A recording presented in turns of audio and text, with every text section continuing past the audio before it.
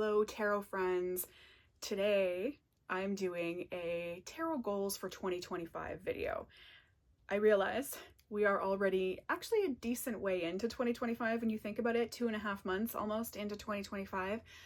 But February was a bit of a write-off for me, and I was also waiting for some items to come in that I want to work with this year. So all those items have come in, and I have time to record and sit down, and I've really mapped out how I want 2025 to look. So here we are. I'm finally posting tarot goals for 2025. We have about 8 goals to talk about. The first few are going to be my face because I don't have any props, and then the last section will be top-down video because there's things to see, things to show, things to talk about. So we'll start with number 1.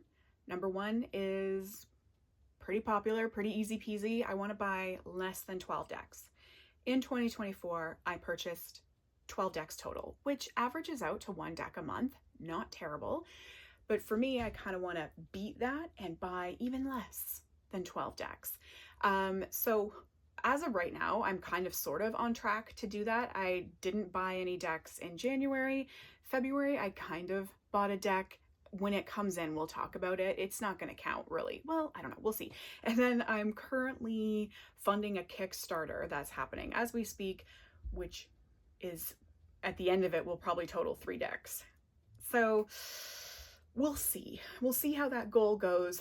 That might have to eliminate a lot of purchases in the rest of the year. I might have to specifically say, okay, April, May, June, 0. We'll see how that works out. So that's goal number 1, less than 12 decks. Goal number 2 is to work with decks when I want to work with them, not because I feel obligated to. That's a really good word. Not because I feel obligated to work with them. So last year I found with the spreadsheet, I did the tarot spreadsheet in 2024 and in 2023, and it put a lot of pressure on myself to work with certain decks, which can be good because you have a visual of what decks you've used and what decks you haven't used. So it kind of does force you, at least in my mind, it forced me to work with those decks. But there were also times when I worked with a deck when I would have preferred to work with a different deck because I felt obligated to work with that deck. So I'm just really going to enjoy working with whatever deck I feel like working with. And if there's decks at the end of the year that I haven't used, I don't really care. If it's something I need to evaluate and I'm like, maybe I can get rid of this, sure. But just because I didn't use a deck this year doesn't mean I'm not going to use it next year. And if it's one I really like, I'm keeping it.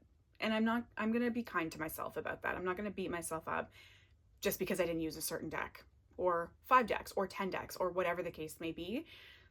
I'm happy with the decks I have. There's a couple in purgatory, so it's fine. We're fine. The other thing that kind of goes along with that is I want to enjoy not using my tarot spreadsheet. It became a bit of a chore at the end of 2024. I was kind of like, every time I pulled cards, I had to bring out the laptop, open up Excel, tick, tick, tick, tick here for the cards, tick, tick here for the decks. So I really want to enjoy not having that. It was kind of annoying at the end of 2024. So for 2025, I want to enjoy a more relaxed reading ritual for myself, which has been working really well so far. Again, we're 2.5 months in. I've been doing that this whole year so far, so that's working really well. I'm enjoying it.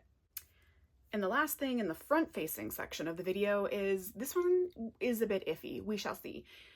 During COVID, how I got started on YouTube was I would post pick a card videos privately, and I would send a select group of friends the link to watch those pick a card videos.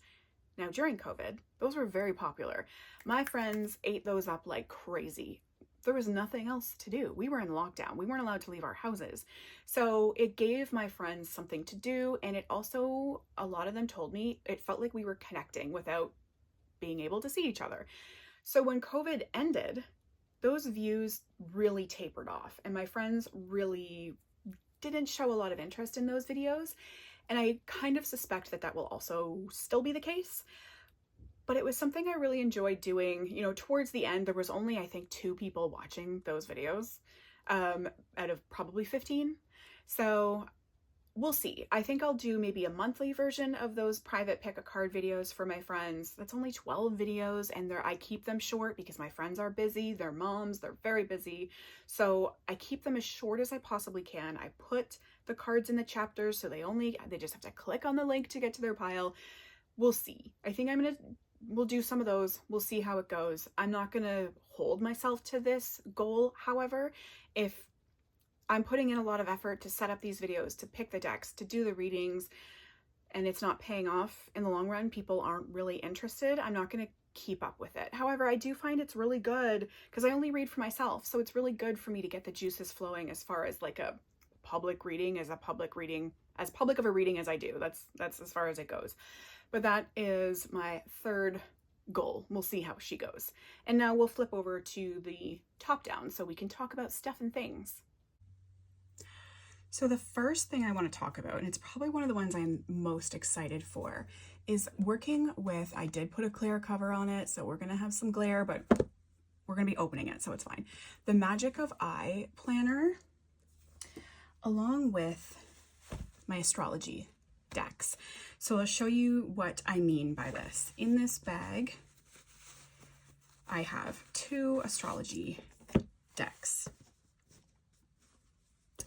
I have my Numinous Astro Oracle deck, and I have the Heavenly Bodies Astrology deck. Oh, I've got my sun catcher.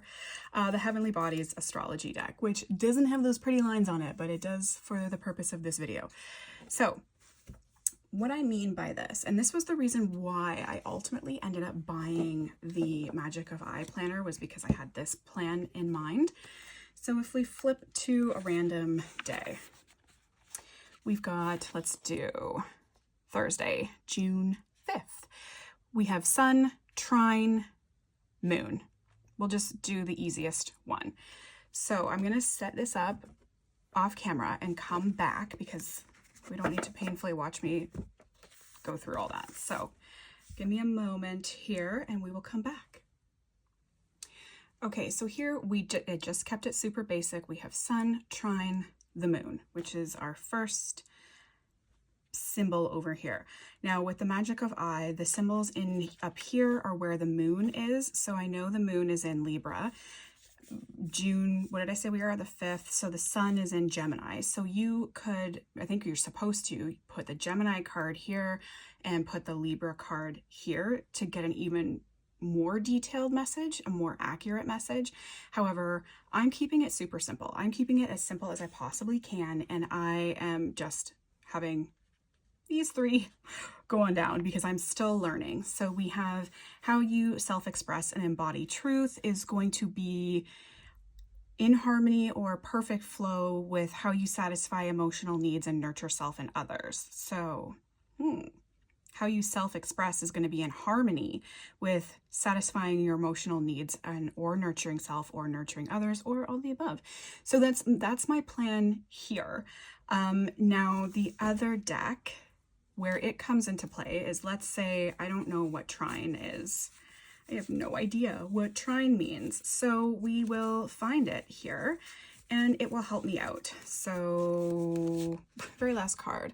Oh, I'm so sorry about that, Suncatcher. So harmonizes, same keyword, aids, enriches, benefits, energizes, enjoys, eases, lubricates, gifts, rhymes, supports, indulge.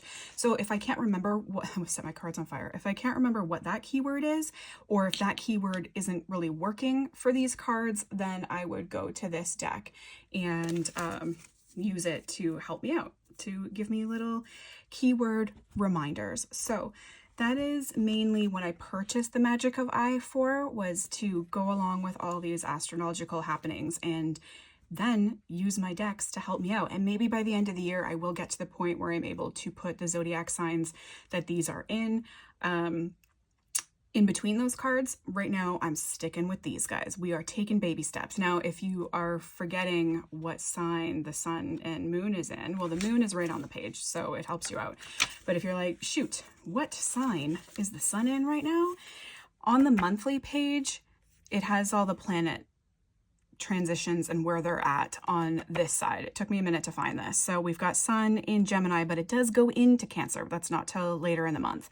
The moon changes every 2.5 days, I believe. So there's no point in putting the moon on here, but it just lets you know where all the planets are in case you're confused about where that is. So if we go back to the, oh, no, not the 12th. If we go back to the 5th, we've got all these other situations happening. And you can, if you want to add where they are in the sky, you can add that in. I will not be doing that. I am starting with, as I said, baby steps with these guys. So that's my fourth tarot goal for 2025. My next goal is to work with my pendulum more. So this is one of 2 pendulums I have. It's the one that was easier accessed, quite heavy. I don't know if it's brass. Yeah, I think it's brass, with a little bead on the end. And this is a board. I made this. I cannot take credit for this design. I saw it on Pinterest, so I'm not claiming that I created that. I definitely stole it off Pinterest, but it's for my own personal use. I'm not selling it. I'm not profiting off of it. So I just really loved this coyote howling in the moon. It's perfect. So anyway, yeah, I really just want to get back into using of the pendulum, using of the Rogaine. And I think it's super fun for just yes or no answers. Now, this one has secret compartments. I put a little piece of clear quartz in here. Oh, I put 2 pieces of clear quartz in here just to kind of help keep it cleansed and help with that third eye chakra. And then the bottom part, I thought about putting oil in it, but I don't think it's sealed, so I think it would leak. You can also open the bottom part. I thought also about putting a scroll of some sort in there with, I don't know, maybe a symbol? I don't know, but you'd never get it out. Like once that unfurled in there, you would never get it out. So I don't know how I feel about that. So it's empty for now. But yes, so we have using of the pendulum. And I also have a pendulum book that I should have brought out. I bought ages ago, and I don't even think I've cracked it open once. So hopefully use that as well. You know what? I'm going to get it to show you guys. Problem solved. So it's called the Great Pendulum Book.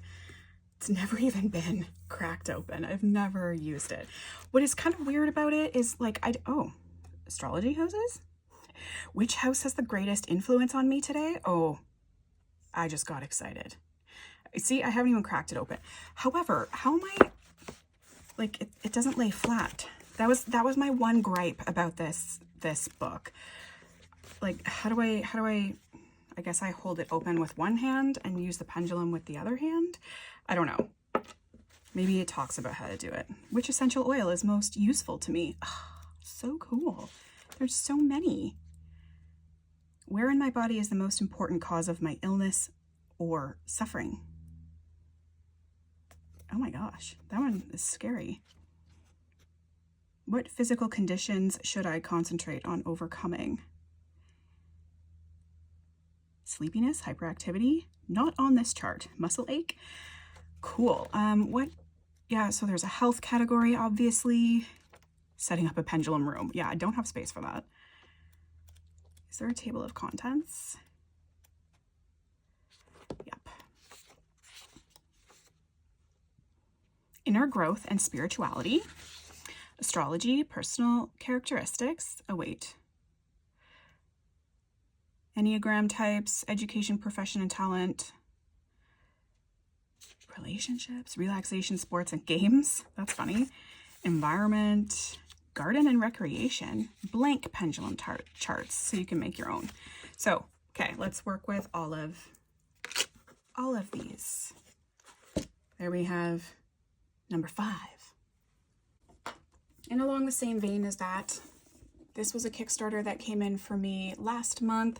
Very, very pumped. I kind of thought I would read little bits at night, but I think I might read as I go. I don't know. I haven't fully decided, but love this from Kokorina. And of course, we have to have the actual runes. So I have a resin set, so they do stick together slightly because they're resin, but that's fine.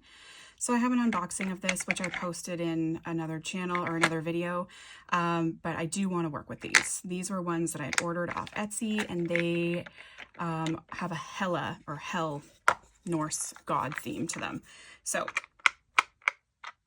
really excited to work with these in 2025 and learn more about them from this absolutely luxurious Kickstarter book. So excited. This was unboxed in my February wrap-up channel, in case you're wondering more about this.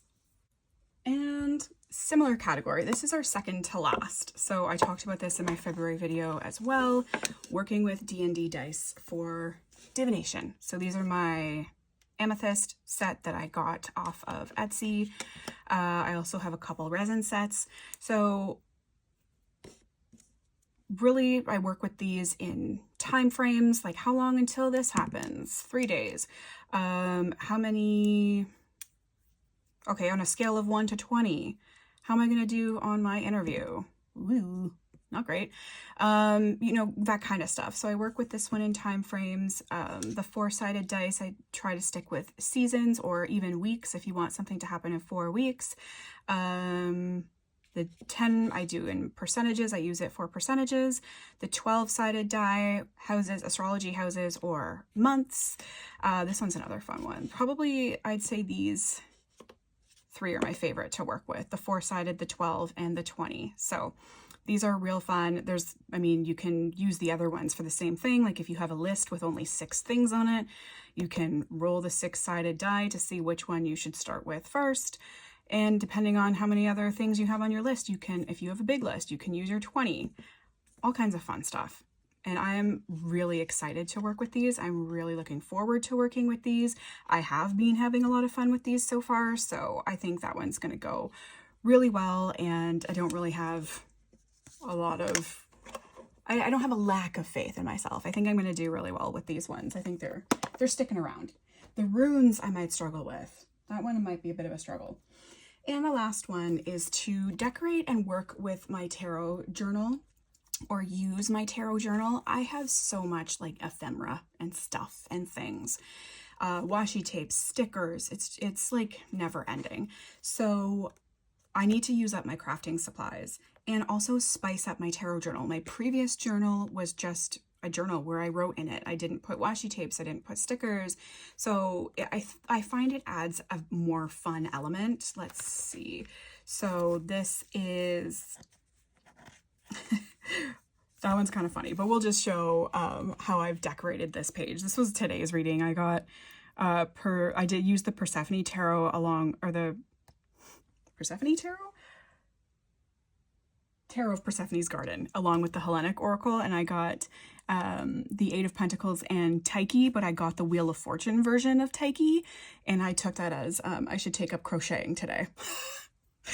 It's a long story. But anyway, so this is what I mean. I have all these stickers, I have all these washi tapes, and I just need to use them, and I need to spice up the journal and make it more fun. We can do a quick, I don't do anything too personal, but just to give you an idea.